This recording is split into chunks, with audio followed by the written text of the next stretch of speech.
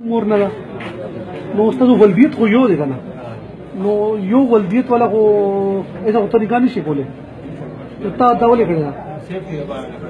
ها نه دا غیر اسلامي خبره نه نو تا ته کم مولا نکاح تړل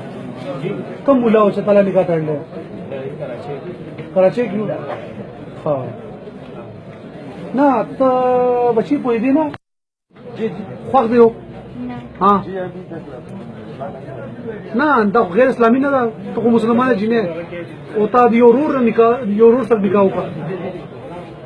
په دې پښیمانه نه پیمانه پینې په دې فیصله باندې چې تا کوم دا کړی ها